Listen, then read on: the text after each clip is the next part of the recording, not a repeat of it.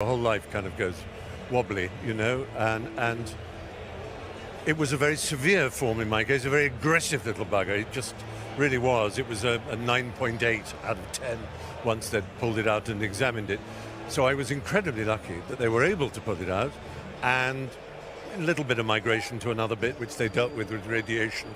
It's been a 3.5, 4-year process for me, but a successful one, I'm happy to say. Full of indignity and discomfort, as things down in that area always are.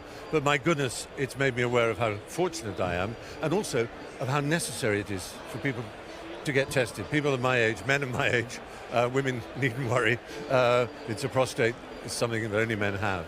And, you know, the work we saw of Professor Cooper there, possibility of testing with urine is very exciting, but even so, it's not that difficult now. A blood test, talk to your doctor about it, obviously, and they will say whether they think it's a good idea, and on the basis of that blood test, other tests. And the sooner you catch it, the more easily it's dealt with. You know, we all knew and loved Bob so well. He had many more years left in him. It was such a terrible shame that this great man, a great all-round man in every respect, everyone who knew him adored him, and his legacy is something we should all profoundly respect, and it's the one thing he would want, is don't make the mistake I did and not check up early enough, because there will be people here and people watching, and there'll be some men who go, oh, all right, Stephen, they're going to stop nagging me. I'll go on Monday, I've got to see my doctor anyway, I'll mention it. And who knows, there will be people whose lives will be lengthened and which will be saved for their families and for themselves. And it's a simple thing. Like John's story there. Now, before I go over to Bumble, who's going to preach to the University of the Hooray, Hobby stand. the day is How are you back. enjoying the MCC presidency? You're right in the thick of It's it. unbelievable. I never could have believed that someone as bad at cricket could rise to such an eminence, but it's a thrilling thing, and and to be president of the MCC in an Ashes year is beyond expectation. Did you have any hesitation in taking it on, taking advice? I asked Tim Rice, who had been president before, I said, you know, what would I gain from it? He said, you'll gain insight, you'll gain wisdom, you'll gain friendship, you'll gain knowledge, but above all, you'll gain weight. and that has been horribly true. There are so many dinners, so many speeches that have to be made, so much hosting. It's an ambassadorial role. I'm basically a cross between a regimental goat and the Queen Mother. But it is a fantastic job. If you love cricket as I do, with every depth of my being, then it's just as high as I could ever rise. Couldn't be happier. Great to see you, Stephen. Thanks very much. If you can vote, if you can donate, that's how you do it on the screen. It is now time, though, to hand over to Bumble. Start the car. Ladies and gentlemen of Warwickshire, of Edgbaston, Warwickshire, and the wonderful city of Birmingham, I'm speaking on behalf of the Bob Willis Fund. I'm his brother, David. You've been phenomenally generous already, and I'm sure you will be again. But I want to introduce to you now a favourite of the Hollies stand, a favourite of the Bob Willis Fund, and one of Bob's dearest friends. Will you please put your hands together for the greatest rock star commentator of all time, David Bumble Lloyd. Thank you, David. Well, it looks like you're having an absolutely fabulous day. And if Bob was here, he would have loved it. Prostate cancer took Bob away from us. Today is Blue for Bob Day, and we're raising funds to combat prostate cancer. You can help.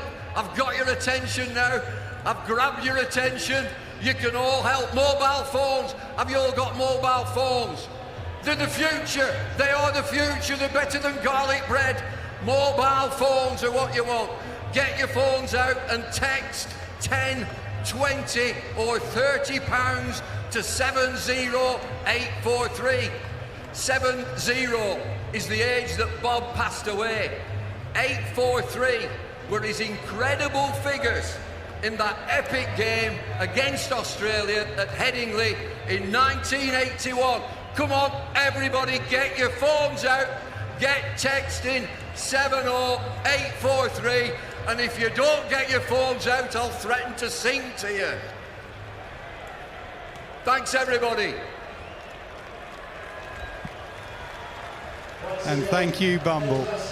Thank you to David Willis and everyone involved and everyone who's donated. There it is, the number at the bottom there. That's how you donate. Great cause, it really is, our dear friend Bob Willis. Thank you to everyone who's already donated today.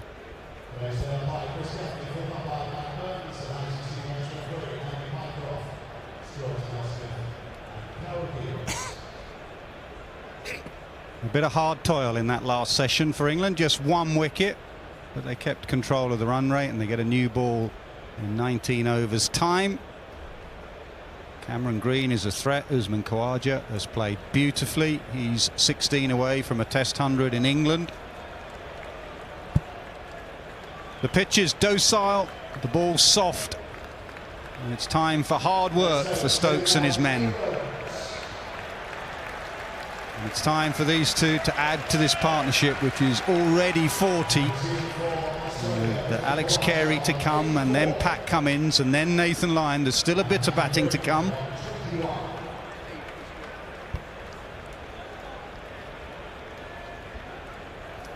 Ricky, what have you made of Australia today, in general?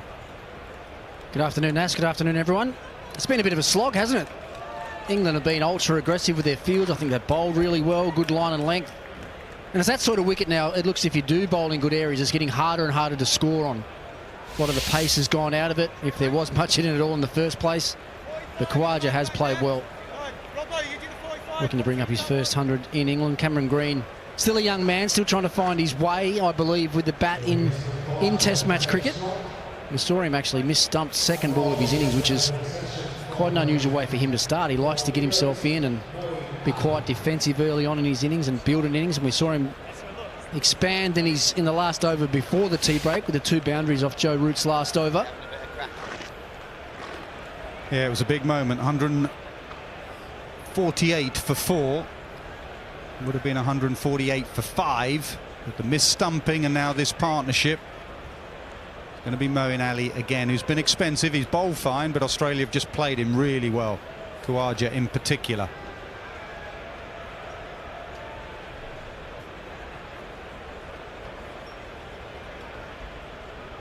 A slip, a silly point, and the field up, apart from a man on the sweep.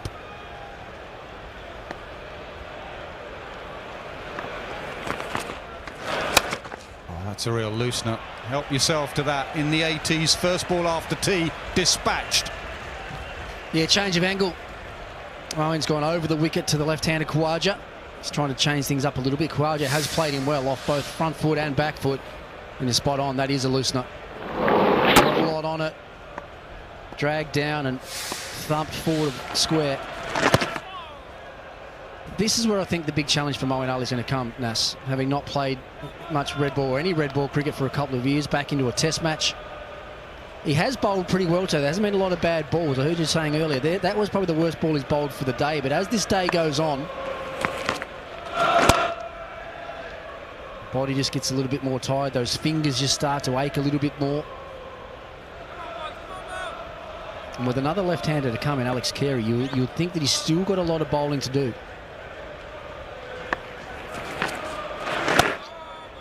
He's gone back and played that off the back foot. It was almost a half volley. Looks like it's going to be Stokes to bowl from the pavilion end. He's getting loose. He was just feeling his hamstring earlier when he stopped one at mid-off.